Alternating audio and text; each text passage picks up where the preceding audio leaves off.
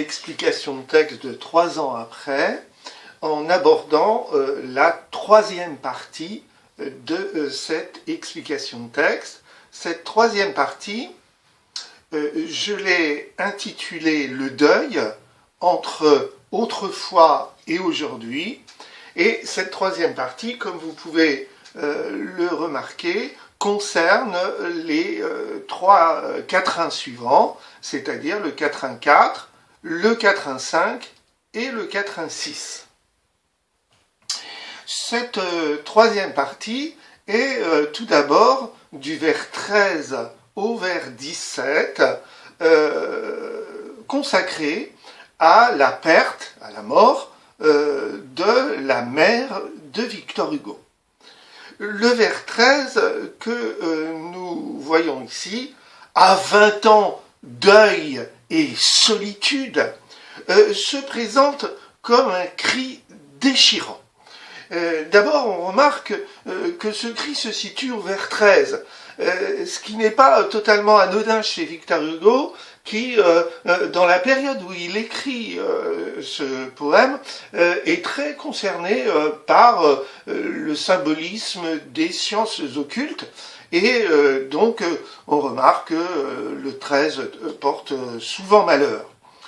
Et ce vers 13 est marqué par son expressivité, puisque vous remarquez d'abord qu'il s'agit d'une phrase exclamative, et d'autre part, cette exclamation est formulée dans une phrase nominale, puisque vous voyez qu'il n'y a aucun verbe conjugué, et donc l'absence de verbe renforce la brutalité, la force de cette phrase. Enfin, la deuxième partie de l'octosyllabe est marquée par 2 mots très forts, deuil et solitude. Ces 2 mots nous rappellent des thèmes déjà abordés dans les strophes précédentes, où Victor Hugo se représente lui-même comme poursuivi par la mort et en raison de celle-ci voué à une vie solitaire. Et donc ces 2 idées, mort et solitude, composent la figure romantique de l'individu persécuté par un destin qui le conduit inéluctablement à la mort. Et évidemment, le début de cette octosyllabe, à 20 ans, qui est le symbole de la jeunesse, eh bien, montre cette opposition radicale entre l'image négative de la fin de l'octosyllabe, sur laquelle va rester le lecteur, et l'image positive de la jeunesse, symbolisée par l'âge de 20 ans. Le deuxième élément qu'on peut remarquer, c'est que la mort de la mère est une mort qui est associée à l'autrefois, du vers 14 au vers 17. Pourquoi peut-on dire qu'il est associé à l'autrefois? Eh bien parce que du vers 14 au vers 17, nous voyons des verbes qui sont conjugués à un temps du passé, qui est le passé simple. Au vers 15, le mot perdir, et au vers 17, le mot quitta. Ce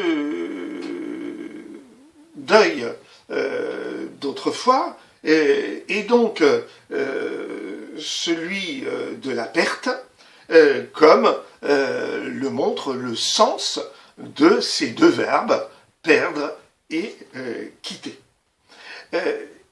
À partir de là, pour mesurer cette perte, eh bien, Victor Hugo donne des images du bonheur passé sur lesquelles tranche l'image de la perte. Vous remarquez que Victor Hugo, d'abord, montre une image maternelle associée à une expression très méliorative qui est douce habitude. Or, l'habitude, la durée, ici valorisée par l'adjectif douce, s'oppose au temps du passé simple, qui est un temps justement d'action brusque, d'action ponctuelle dans le passé.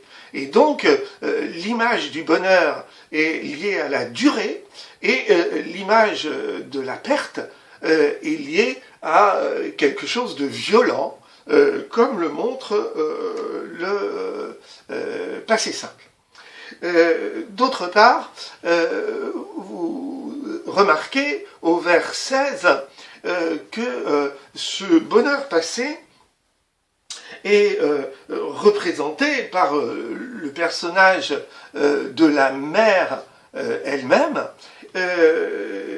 et d'une sorte de portrait dans un cadre particulièrement valorisant qui est celui de la maison. Voir ma mère à la maison. Et on s'aperçoit que ce personnage rassurant et ce cadre lui aussi rassurant sont valorisés poétiquement par l'utilisation d'un procédé poétique, d'un procédé sonore qui est l'allitération. Vous vous rappelez, l'allitération étant la répétition d'une même consonne, ma, mère, maison. Et donc, cette consonne, en quelque sorte moelleuse, traduit justement la douceur de ce bonheur passé. À l'opposé, bien évidemment, la mort elle-même est brutale. Et cette brutalité est très apparente au vers 17. Elle nous quitta pour la tombe. Vous voyez que ce vers 17 est d'abord brutal par le temps du passé simple, nous l'avons déjà dit, mais aussi par un mouvement dont l'issue est très négative, qui est la tombe. Cette brutalité est encore renforcée par Victor Hugo grâce au style poétique, puisque l'octosyllabe qui est utilisé dans ce poème, et donc au vers 17 également, eh bien l'octosyllabe est dans les vers français catalogué comme un vers très court. Et donc, en un seul vers et en un seul octosyllabe, eh bien, Victor Hugo résume la mort de sa mère et donc la rend évidemment dans sa rapidité et extrêmement brutale. Cette mort de la mère prépare une autre mort dont on a entendu davantage parler dans ce poème et dans l'étude de l'ensemble du recueil, bien sûr, c'est la perte de la fille, Léopoldine donc, qui se déploie du vers 18 au vers 24. Vous remarquez d'abord que Victor Hugo relie cette perte de façon explicite à aujourd'hui. Or, vous savez que Donc là, on le voit clairement dans ce vers 18, puisque le mot est utilisé.